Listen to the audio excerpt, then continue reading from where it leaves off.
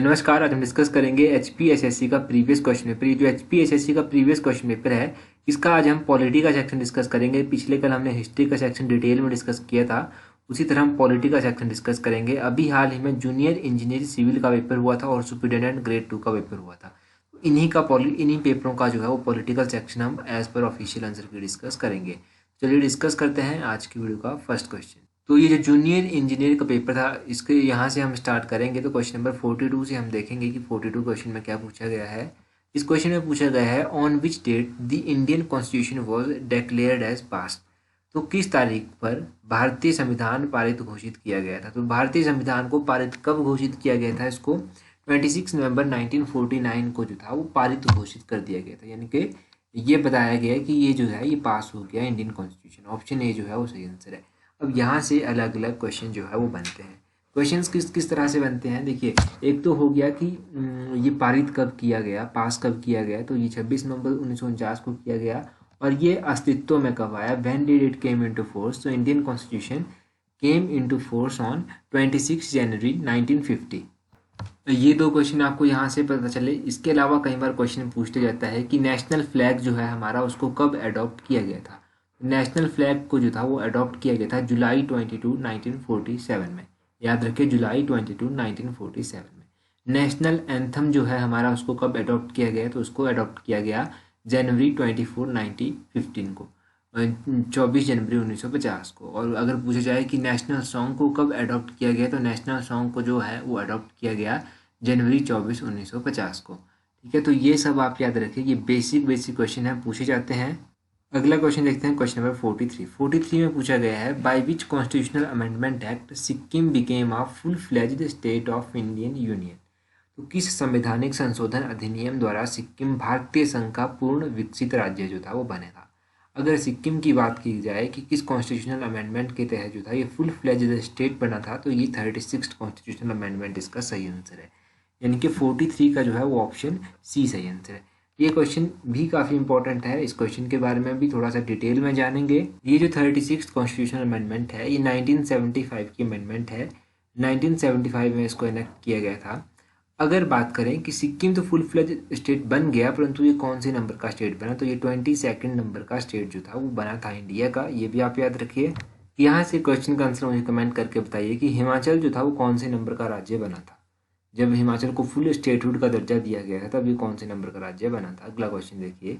अगला क्वेश्चन है, national emergency is imposed under which article of Indian constitution. भारतीय संविधान के किस अनुच्छेद के अंतर्गत राष्ट्रीय आपातकाल लगाया जाता है। तो ये जो नेशनल इमरजेंसी है ये लगाई जाती है आर्टिकल 352 के तहत। क्वेश्चन नंबर 44 का ऑप्शन बी सही आंसर है। अब नेशनल इमरजेंसी लगाई जाती है आर्टिकल 352 के तहत। इसी तरह जो है फाइनेंशियल इमरजेंसी होती है, स्टेट इमरजेंसी होती है, उन सभी के बारे में जानेंगे।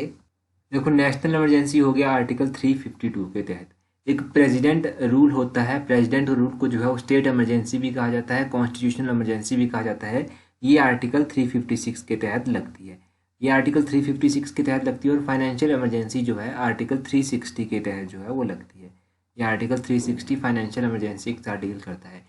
इंडियन कॉन्स्टिट्यूशन का कौन सा ऐसा पार्ट है जहां पर इमरजेंसी का प्रोविज़न जो है वो डाला गया है। तो इंडियन कॉन्स्टिट्यूशन के पार्ट 18 में जो है वो बात की गई है किसके बारे में, इमरजेंसी के प्रोविजंस के बारे में। ये आप याद रखिएगा, इसको एक्स वी और ऐसे ऐसे लिखते हैं 18 को। इसको जब भी एग्जाम में आएगा तो इस तरह से ऑप्शंस आपके पास दी गई होंगी, ये आप याद रखिए। आमतौर पर एक और क्वेश्चन जो है वो पूछ जाता है फाइनेंशियल इमरजेंसी के बारे में। जो फाइनेंशियल इमरजेंसी है ये कितनी बार इंडिया में लगाई गई है, तो एक बार भी अभी तक जो है वो फाइनेंशियल इमरजेंसी जो है वो नहीं लगाई गई है।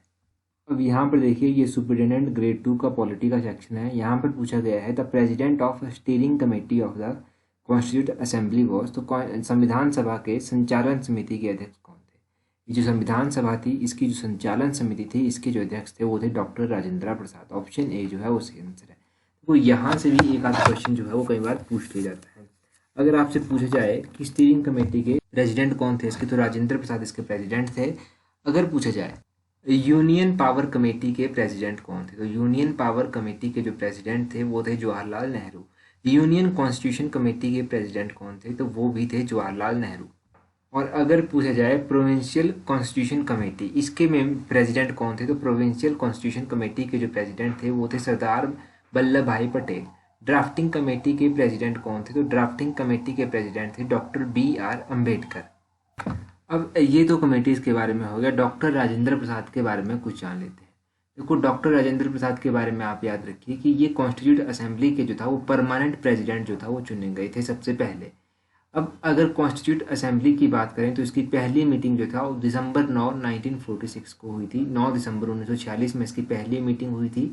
जब इसकी पहली मीटिंग हुई थी तो इसके टेम्परेरी प्रेसिडेंट जब बनाया गया था तो डॉक्टर सच्चिदानंद सिन्हा को जो था उसका टेम्परेरी प्रेसिडेंट बनाया गया। परंतु डॉक्टर राजेंद्र प्रसाद जो थे इसके परमानेंट प्रेसिडेंट उसके बाद जो था वो बने थे। ये आप याद रखिए कि ये कमेटी की पहली मीटिंग कब हुई, इसके टेम्परेरी प्रेसिडेंट कौन थे, परमानेंट प्रेसिडेंट कौन थे, ये सब आप याद रखिए। अगला क्वेश्चन, क्वेश्चन नंबर 116 है, joint session of parliament is presided by which of the following. संसद के जो संयुक्त सत्र होते हैं उनकी अध्यक्षता कौन करता है। तो क्वेश्चन नंबर 116 की अगर हम बात करें तो 116 का सही आंसर है option D, speaker of Lok Sabha. Lok Sabha के जो स्पीकर हैं वो ये जो है ज्वाइंट सेशन ऑफ पार्लियामेंट जो होता है इसको प्रिजाइड करते हैं। प्रिजाइड इनके द्वारा किया जाता है। ये अगर पूछा जाए कि ज्वाइंट सेशन जो पार्लियामेंट का होता है ये किसके द्वारा जो है वो कॉल किया जाता है, किसके द्वारा बुलाया जाता है, तो प्रेसिडेंट के द्वारा जो है ये बुलाया जाता है। और प्रिजाइड किसके द्वारा किया जाता है, प्रिजाइड किया जाता है स्पीकर के द्वारा। अगर स्पीकर मान लीजिए एब्सेंट है तो स्पीकर की एब्सेंस में जो है इसको डेप्यूटी स्पीकर ऑफ लोकसभा जो है वो करते हैं। और in case of Rajya Sabha deputy chairman of Rajya Sabha जो है इसको प्रिजाइड करते हैं। तो यहाँ से आप इतना ही याद रखिए। अगला क्वेश्चन देखते हैं, first chief justice of India. Bharat के जो पहले मुख्य न्यायाधीश थे वो कौन थे, तो वो थे justice Hiralal J Kania. Justice H.J. Kania भी इनको कहा जाता है। तो ये जो था ये हिमाचल प्रदेश के पहले इंडिया के पहले चीफ जस्टिस थे। अब हिमाचल की बात आई है तो हिमाचल के बारे में मुझे आप कमेंट करके बता दीजिए। हिमाचल के ऐसे कौन से सदस्य जो थे वो ऐसे सदस्य हैं जो चीफ जस्टिस ऑफ इंडिया रह चुके हैं। सबसे पहली बार जो चीफ जस्टिस ऑफ इंडिया बने थे और हिमाचल से बिलोंग करते थे वो कौन से सदस्य थे, ये कमेंट करके बताइए। अगर पूछा जाए कि प्रेसिडेंट इनको चीफ जस्टिस ऑफ इंडिया को जो है वो कौन अपॉइंट करता है, चीफ जस्टिस ऑफ इंडिया को जो है वो प्रेसिडेंट ऑफ इंडिया के द्वारा अपॉइंट किया जाता है। और अगर आपसे पूछा जाए कि सुप्रीम कोर्ट के जो जज होते हैं उनका कार्यकाल कितने एज तक होती है, उनकी रिटायरमेंट एज क्या होती है, तो उनकी रिटायरमेंट एज होती है 65 ईयर्स। अभी हमारे पास एक और जेई का पेपर पड़ा हुआ है, इसका भी पॉलिटी का सेक्शन डिस्कस कर लेते हैं ताकि काफ़ी क्वेश्चंस आपको डिस्कस करने को हो जाए। तो देखो, which provision of fundamental right is directly related to exploitation against children. तो मूलभूत अधिकारों का कौन सा प्रावधान सीधे तौर पर बालक के विरुद्ध शोषण से प्रति संबंधित है। क्वेश्चन नंबर 141 का अगर सही आंसर आप देखेंगे तो इसका सही आंसर जो है वो है ऑप्शन बी जो है वो सही आंसर है, आर्टिकल 23। आर्टिकल 23 क्या कहता है, देखो इस आर्टिकल में कहा गया है अगर बच्चों की ट्रैफिकिंग वगैरह की जाती है, मतलब बच्चों को जो है एक स्थान से दूसरे स्थान पर ले जाया जाता है अगर किसी काम करवाने के लिए, तब भी ये गलत काम है, उनसे फोर्स लेबर भी नहीं कराया जा सकता। तो फोर्स लेबर और ट्रैफिकिंग ऑफ चिल्ड्रन से आर्टिकल 23 संबंध रखता है और एक्सप्लॉयटेशन भी यहीं पर आता है। और अगर बात करें आर्टिकल 24 की तो आर्टिकल 24 जो है वो बात करता है कि बच्चों से जो है वो फैक्ट्रीज में काम नहीं करवा सकते। ठीक है, तो ये आर्टिकल 23 और 24 बात करते हैं। वैसे अगर एग्जैक्टली बात की जाए कि राइट अगेंस्ट एक्सप्लॉयटेशन से कौन सा आर्टिकल डील करता है, तो आर्टिकल 23 और 24 ये दोनों ही आर्टिकल जो है वो डील करते हैं। अब कुछ और इम्पोर्टेंट आर्टिकल हम डिस्कस कर लेते हैं यहाँ से, जैसे कि आर्टिकल 14 हो गया। तो आर्टिकल 14 बोलता है इक्वलिटी बिफोर लॉ, यानी कि कानून के समक्ष जो है वो सभी बराबर हैं, कानून के सामने सभी बराबर हैं। आर्टिकल 15 क्या बात करता है, आर्टिकल 15 बात करता है प्रोविजन ऑफ डिस्क्रिमिनेशन, यानी कि आप किसी के साथ भी भेदभाव नहीं कर सकते, उसके कास्ट को लेकर, उसके रेस को लेकर, उसके बर्थ प्लेस को लेकर आप उसके साथ डिस्क्रिमिनेशन नहीं कर सकते, ये आर्टिकल 15 कहता है। आर्टिकल 16 कहता है इक्वलिटी ऑफ अपॉर्चुनिटी, अगर पब्लिक में कहीं पर भी रोज़गार चला हुआ है, रोज़गार मिल रहा है, तो यहाँ पर वहाँ पर सभी को जो है वो इक्वलिटी दी जाएगी। और अगर बात करें आर्टिकल 17 की तो आर्टिकल 17 बात करता है एवोल्यूशन ऑफ अनटचेबिलिटी, जो छुआछूत है उसको समाप्त करने की यहाँ पर बात की गई है। आर्टिकल 18 में बात की गई है कि एवोल्यूशन ऑफ टाइटल्स, जो टाइटल्स होते हैं जैसे मिलिट्री में कुछ टाइटल्स होते हैं तो वैसे टाइटल्स को समाप्त करने की बात की गई है। और राइट टू फ्रीडम जो है आर्टिकल 19 टू आर्टिकल 22 डील करते हैं। Right to freedom of religion यानी कि धर्म, कोई भी इंसान जो है वो किसी भी धर्म को अपना सकता है, ये कौन से आर्टिकल में कहा गया है? ये आर्टिकल 25 से लेकर आर्टिकल 28 के बीच में कहा गया है। और cultural and educational right, in rights में 29 और आर्टिकल 30 में ऐसी बात की गई है कि कल्चरल और एजुकेशनल राइट जो है वो सभी को दिए गए हैं। अगर बात करें राइट टू कॉन्स्टिट्यूशनल रेमेडीज, तो राइट टू कॉन्स्टिट्यूशनल रेमेडीज जो है वो आर्टिकल 32 जो है इसके बारे में बात करता है। क्वेश्चन नंबर 142 देखिए, यहाँ पर पूछा गया है the authority to specify as to which caste shall be deemed to be scheduled caste rest with in which of the following. मतलब ये हुआ कि कौन सी जाति अनुसूचित जाति है या फिर नहीं है, ये अधिकार जो है वो किसके पास दिया गया है, ये कौन डिसाइड करेगा? तो ये डिसाइड किसके द्वारा किया जाएगा? प्रेसिडेंट ऑफ इंडिया के द्वारा ये डिसाइड किया जाएगा। इस क्वेश्चन का ऑप्शन ए जो है वो सही आंसर है। ये क्वेश्चन कई बार पूछा जाता है तो इस क्वेश्चन को याद रखिए। अगला क्वेश्चन देखते हैं। अगला क्वेश्चन है विच amendment of the Indian constitution restricts the size of the union ministry. तो भारतीय संविधान का कौन सा संशोधन जो है वो संघ मंत्रिमंडल के आकार को सीमित करता है, यानी कि मंत्रिमंडल का आकार जो है वो इससे अधिक नहीं होना चाहिए। तो ये बात की गई है 91st कॉन्स्टिट्यूशनल अमेंडमेंट में। ऑप्शन डी जो है वो सही आंसर है। देखो एक बात मैं और यहाँ से आपको समझाता हूँ, ये बात कही गई है 91st कॉन्स्टिट्यूशनल अमेंडमेंट में कि जो प्राइम मिनिस्टर और प्राइम मिनिस्टर के साथ जो काउंसिल ऑफ मिनिस्टर्स होते हैं उनकी संख्या जो है वो 15% से अधिक जो है वो नहीं होनी चाहिए। यानी कि जैसे हमारे पास 552 सीट्स हैं यहाँ पर लोकसभा की, तो 15% इसका निकाल लीजिए कितना होगा, और उससे ज़्यादा मंत्री जो है हमारे पास नहीं होने चाहिए इंक्लूडिंग प्राइम मिनिस्टर।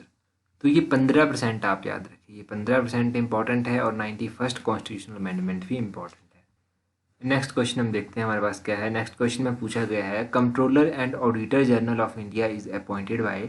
तो कैग, जिसको कंट्रोलर एंड ऑडिटर जनरल कहते हैं, उनको जो है वो किसके द्वारा अपॉइंट किया जाता है? तो देखो कैग को अपॉइंट किया जाता है प्रेसिडेंट ऑफ इंडिया के द्वारा। ऑप्शन ए जो है वो सही आंसर है।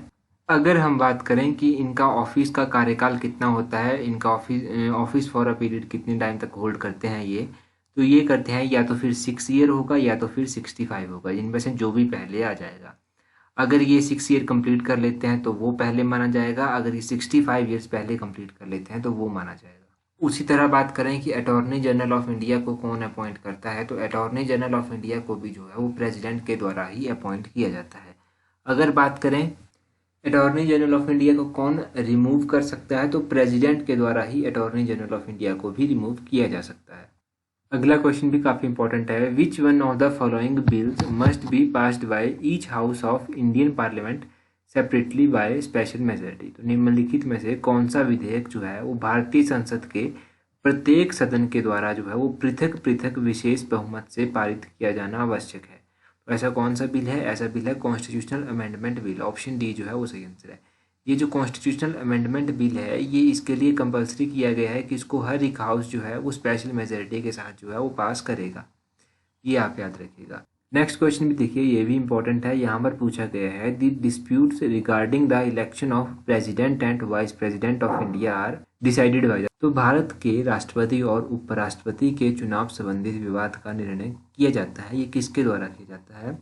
तो ये किया जाता है सुप्रीम कोर्ट ऑफ इंडिया के द्वारा। ऑप्शन सी जो है वो सही आंसर है। अगर भारत के राष्ट्रपति और उपराष्ट्रपति के चुनावों को लेकर कोई विवाद खड़ा हो जाता है तो उसको सुप्रीम कोर्ट ऑफ इंडिया के द्वारा डिसाइड किया जाता है, ये आप याद रखें। काफ़ी इंपॉर्टेंट क्वेश्चन है, ये भी कई बार एग्जाम में पूछा जाता है। देखो इसके अलावा आप हमें टेलीग्राम पर ज्वाइन कर सकते हैं। टेलीग्राम का लिंक नीचे डिस्क्रिप्शन बॉक्स में दिया गया है।